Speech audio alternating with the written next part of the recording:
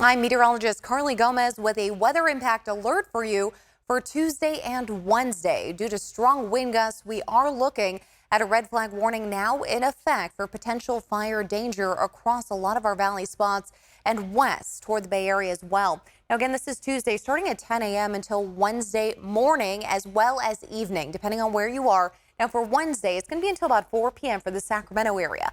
And even into Thursday morning, as late as Thursday morning for areas around Napa, Solano County, as well as areas around the coastal range. So we'll see it pretty much out of our area by Wednesday evening in the Sacramento area, but may continue into Thursday morning. So we'll show you that in just a second. But our impact here is really going to be driving. We also have potential public safety power shutoffs by PG&E that may be issued as well due to all the strong winds. So that is something to let you know about. The public safety power shutoffs, they say PG&E will not be issued until after 8 p.m. once the election and all the ballots have been taken in. And we are seeing that these areas are going to get and receive backup generators just so they can continue their work after 8 p.m. So something to let you know about. The need for you is just to use caution at this point. There may be down trees, limbs, a lot of debris on the roadways. Just be careful driving, especially eastbound and westbound, as those winds will be coming in out of the north. Now, the fire weather conditions creating the red flag warnings. Now, this is issued when the confidence is very high that we're going to continue to see bad conditions in terms of wind and dryness out there as it continues through the afternoon hours. Now, the event will produce critical fire conditions. Now, what that could mean for you is that the dangerous winds could spread fires rapidly, especially if they start out there, but gusts are about 20 to 30 miles per hour inland for our valley spots, but locally could be as high as 15 miles per hour. We are looking at humidity extremely low. I'm talking anywhere from about 10 to 20% relative humidity. Now, recently in the overnight hours, we've been getting up there into the 70s and even 80s. Now, early this morning, we did see some of our humidity around 50%. So we expect that to continue to decrease as we move on to the afternoon. Here's our zone for the red flag warning. Most of North Sacramento County area all the way down into areas of the San Joaquin Valley near Tracy Triangle, the Delta, and then take a look as we see it moving west as well in these coastal range spots here, Lake County, Napa, Solano. So we'll continue to see all these areas impacted. Now, it will be in effect until 4 p.m. inland around the Sacramento and most of our valley spots here. But as you notice, as we move toward the west, this is being issued until as late as Thursday, till 7 a.m. for some more of the strong winds. Now, we're looking at some of these winds as we time this out for you through 3 p.m., about 25 to 30, 35 miles per hour even coming in out of the northwest. But take a look as the colors start getting a little darker as they continue shifting toward the west. Again, this is that zone I mentioned, maybe as late as Thursday morning. As we get to midnight, notice how it gets as high as almost 40 miles per hour in Fairfield, and the dark shades in purple and pink could be as high as 40 to 50 miles per hour. We're even seeing some downslope winds here coming in out of the east and northeast as we look at Placerville and Jackson getting some strong winds just coming in downslope. So just be aware of that as well. The foothills are not exempt. There is no red flag warning being issued there, but we're still looking at strong winds around midnight. Now, as we move on into 9:30 a.m., we're still seeing the winds here for our valley spots. Things slow down for us if you're in the San Joaquin Valley. But as you're from Elk Grove north, we continue with about 25 to 30 mile per hour wind gusts. And then they're really starting to amplify themselves here, 40 to 50 miles per hour coming in out of the north again for areas around Lake County, Clear Lake area towards Santa Rosa. Now, finally moving into the evening, things slow down for the valley, but again, it could last as late as Thursday morning west of Sacramento. Now, our futurecast relative humidity.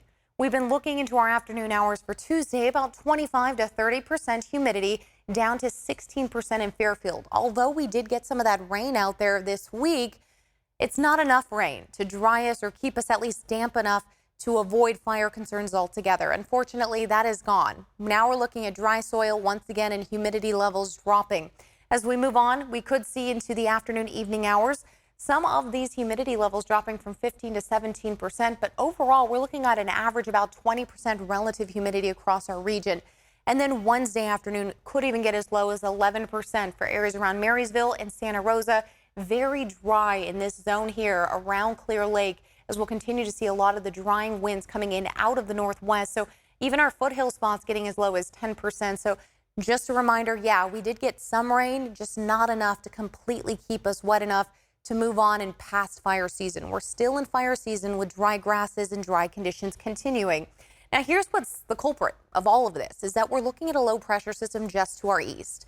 We also have a high pressure system to our west. They're not very separated. They're actually pretty close together, and that's pushing up against each other, creating this funnel effect as that jet stream starts to deepen and a trough builds in place. We'll continue to see those strong winds out of the northwest right through this zone here, and that's exactly where we're getting our winds from, right through there, funneling into our valley and coastal range. We're even going to see some of the effects again coming down slope from the Sierra into the foothill spots. Partly cloudy skies, but as we move into our Tuesday to Wednesday, you see that funnel effect happening there. You can actually see the lines. Now, these are also temperature based, so we're still going to be in the upper 60s to low 70s in this orangey yellow zone. We continue those same colors into next week. Orangey, yellowish, upper 60s, low 70s, pretty much a zonal flow. That's what we call it, zonal, when the temperatures are pretty much the same.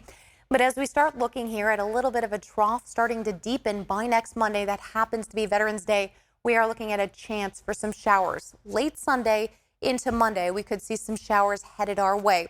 And then after that, we'll continue to see a ridge building in our area, warming us up just a little bit more back into the upper 60s and low 70s. But it looks like we may continue to see this meridional pattern. What that means is it's kind of like that roller coaster up and down movement. When that happens, we're looking at more chances to see troughs entering our area. And if that happens, more chances to potentially see some showers.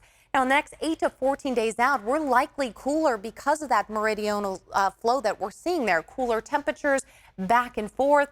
And that's pretty much for the most of western U.S. here. So kind of nice to see this change happening now as we continue on through our fall months, especially now that we're in November. And we're leaning now at least wetter for most of the western U.S. as well. It's not a dark green here. It's lighter. So our shower chances, they're much lighter, so we're going to be seeing more sprinkles and drizzles rather than heavier downpours. So we got a nice downpour, but at least maybe 1 or 2 days rather than continuous rain. So what we're looking at here with our weak La Nina is at least starting to see some wetter patterns coming our way in the next 8 to 14 days.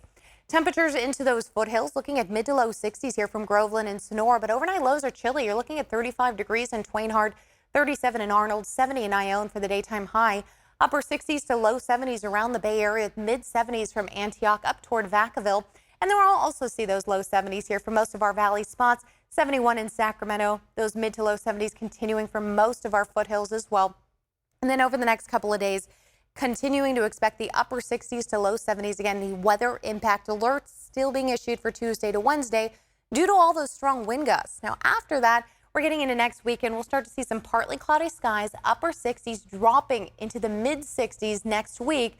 Veterans Day looks to see some showers returning to the forecast, and we may even see another chance of showers late Thursday into Friday.